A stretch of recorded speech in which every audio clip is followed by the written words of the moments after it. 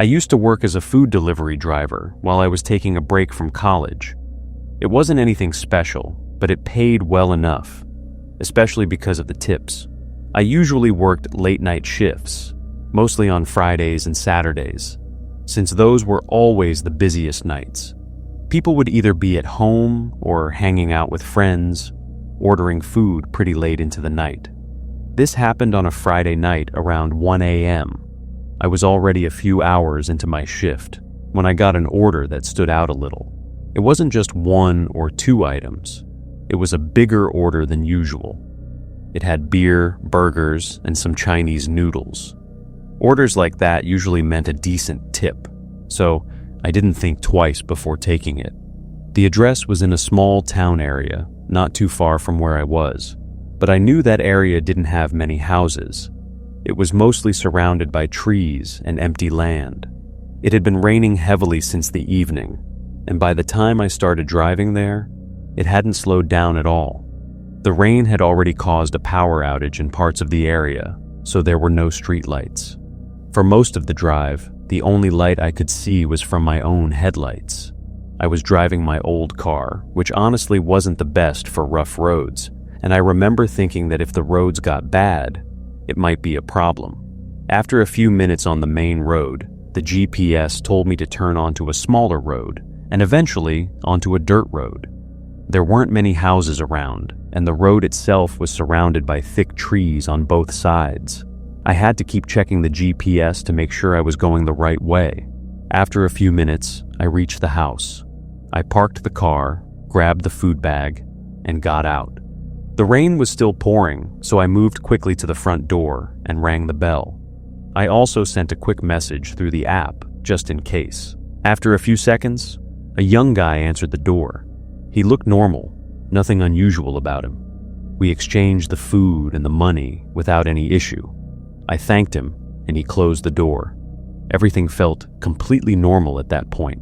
I turned around and walked back to my car.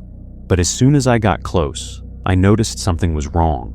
One of my rear tires was completely flat.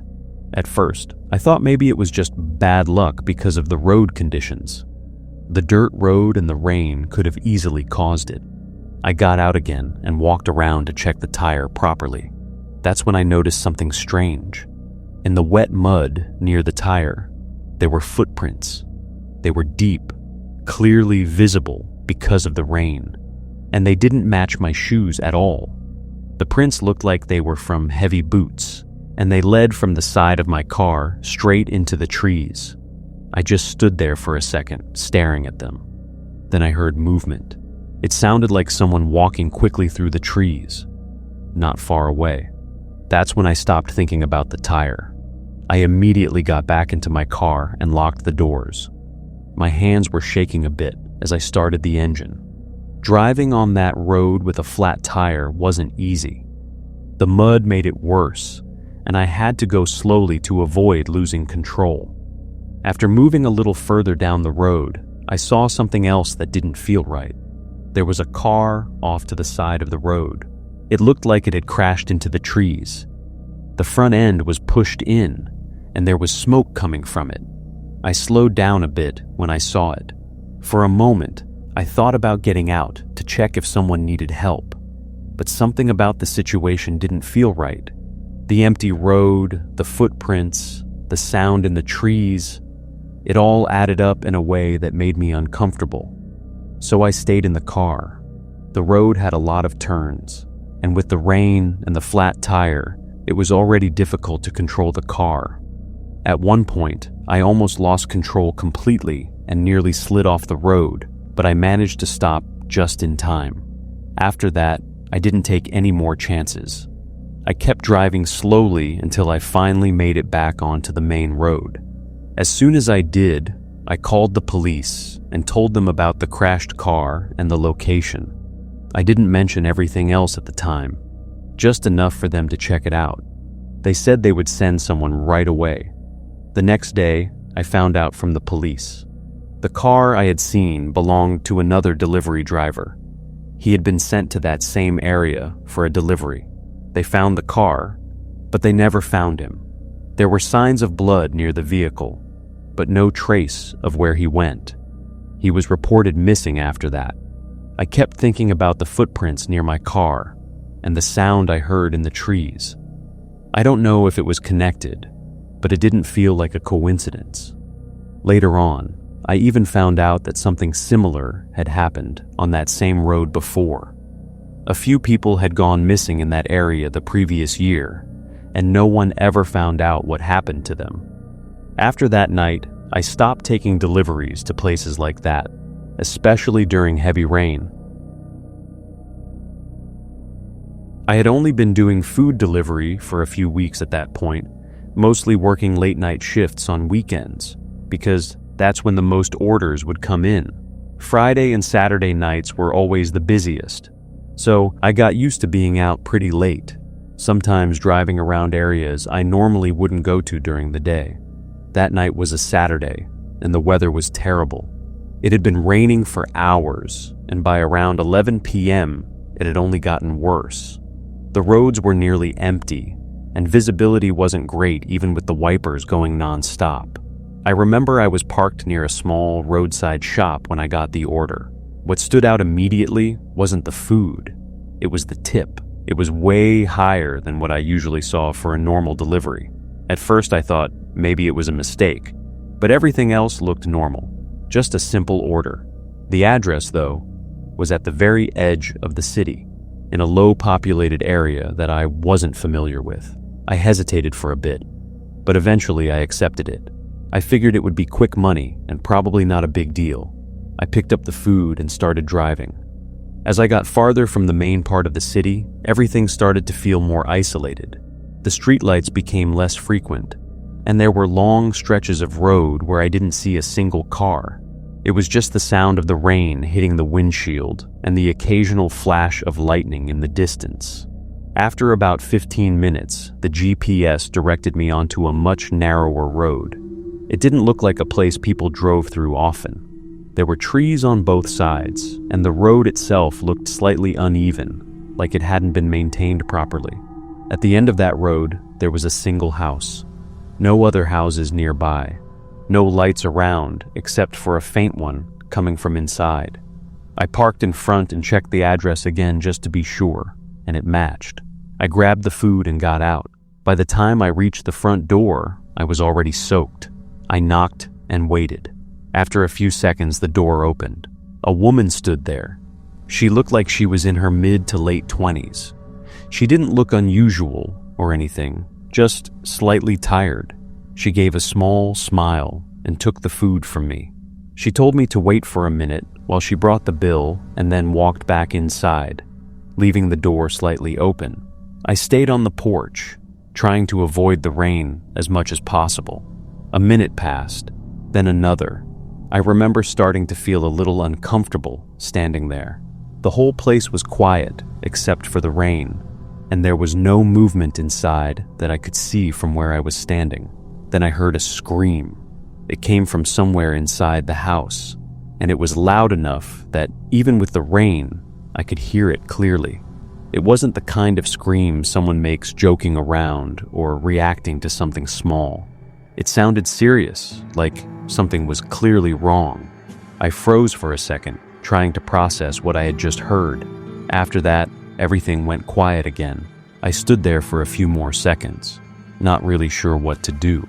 Part of me wanted to just leave and pretend I didn't hear anything, but something didn't feel right about that. I ended up pushing the door open and stepping inside. The house was dimly lit. There was only a weak light coming from somewhere deeper inside. I called out, but no one responded. I walked further in, following the light. When I reached what looked like a dining area, I saw the woman lying on the floor. She wasn't moving, and the food bag had fallen next to her. For a moment, I just stood there, not fully understanding what I was looking at. Then I noticed someone else in the room. A man was standing a few feet away from her. He was wearing a black mask, covering his entire face, and in his hand, he was holding a non-stick pan. He wasn't doing anything at that moment, just standing there. When he saw me, he immediately moved. He rushed toward me before I had time to react and slammed into me hard enough to knock me off balance. I stumbled backward, and he pushed past me and ran straight out of the house. I didn't try to stop him. Everything happened too fast. I stood there for a second, trying to catch my breath. Then I looked back at the woman. She was still on the floor, but I could see that she was breathing. There was blood near her head. That's when I took out my phone and called the police. I explained the situation as best as I could, gave them the address, and told them someone had just run out of the house after attacking her. They told me to stay where I was until they arrived. Those few minutes felt longer than they actually were. I stayed near the entrance, not touching anything, just keeping an eye on her to make sure she was still breathing. Eventually, I heard sirens approaching. Police arrived first, followed by an ambulance. They came inside quickly and took over the situation. The paramedics checked her and then carried her out on a stretcher. One of the officers asked me what happened, and I told him everything from the moment I arrived to when the man ran out.